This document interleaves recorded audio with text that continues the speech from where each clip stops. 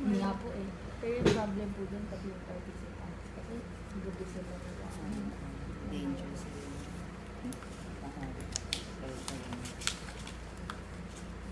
That's very sociological. Wag naman disasters, we've had that already. Yeah. Ito yung sinasabi niya parang anthropological.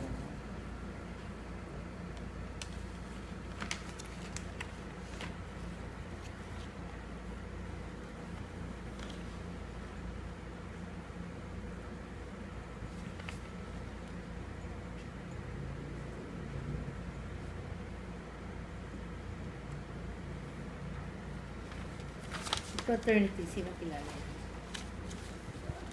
Boyfriend mo? Fraternity. Opo. So, willing.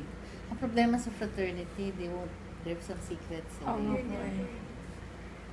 So, I don't think nagpo-prosper yung mga studies on fraternities. Ang pakikipagpalagay loob, kasi isa subset of kapwa, di ba? So, there are eight, we'll discuss that on Wednesday. There are eight subheadings, di ba? So, pakipagpalagay loob is people trust you already. Opo. So, I don't know if we need a scale for that. Kasi we already have scales ang kagandahan. Ugutan na lang. Ang kapwa.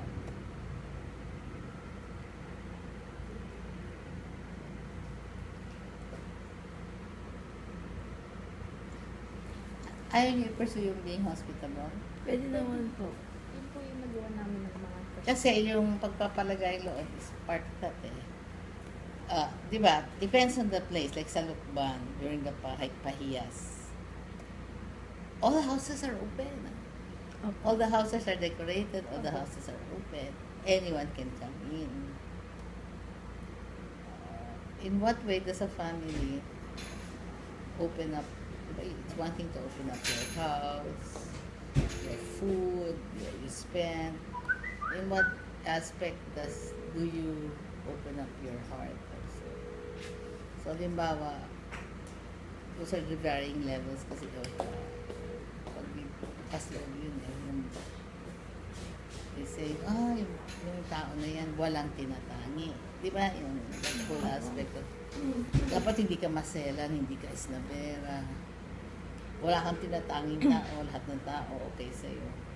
So, how do you express that? Kung meron ba gusto umutang pa, utang ka. Or doon lang sa fiesta ka. So, the range of behaviors, no? So, does your being, because loob, cover many aspects of life or only the fiesta aspect? Then what is next? The exchange theory, no? Or it could be internal locus of control, external. Internal, talaga gusto ko gawin eh. It's my way of saying thank you for the harvest yan. That's why sa Lukban, you will see talagang pahiyas. These are all the vegetables, no? Doon na lang kayo mag-feel. May kakilala kayo sa Lukban. Kasi doon, ang fiesta atmosphere doon talagang extreme. I call it an extreme expression. No? Every house is decorated. So, yung pagkabukas loob mo ba, yun na, covers only the fiesta season, the May 15 yan, no? San Isidro, Labrador yan. Or, does it cover other aspects of life? So, would you take in an orphan? Yan eh. Would you take in an old person? Magpapahiram ka ba ng pera? Magpapahiram ka ba ng gamit? So, a whole range of possibilities yan. But at the same time, ano yung mga correlate? What are the other traits that would be related to it, no? Pagiging bukas loob. Ano yan? Sa tingin mo? Pagtitiwala, di ba? Pagtitiwala, pagiging bukas loob, magkawig. What else? pagiging mapagbigay. Mapagbigay. No? Then yung maawain. Kasi you want to help altruism. So the aspect for altruism comes out. And then that's the internal locus of control. No? It's coming from within you. Then the aspect of intergenerational. Did your parents treat treat you that way. Di ba, like my family, di ba, generous. My mom and I nga were sharing the other night. She, me, and my brother, and my other brother will have to give away gifts to a lot of people.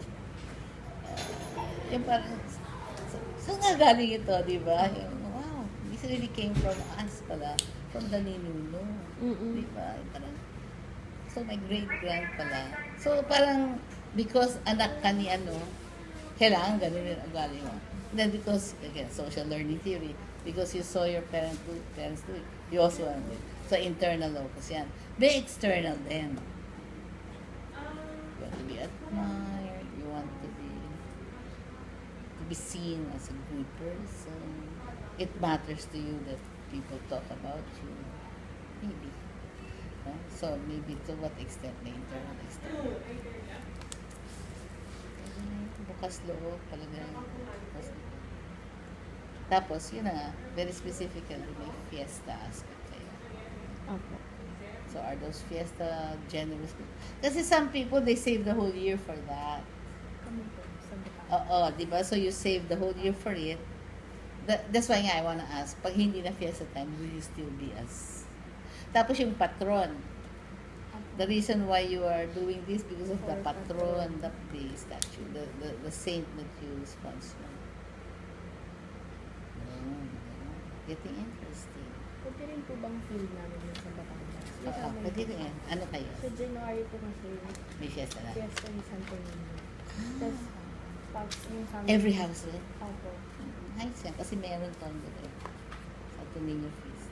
Tignan mo, si Pope Francis, he wants the committee planning his visit for the Luneta. Let's all bring down our Santo Niño.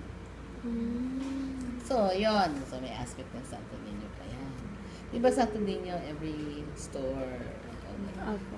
it has something to do with money, financial wellness. Yan. That's it. Ibigay para bumalik. Ibigay para bumalik. Hi!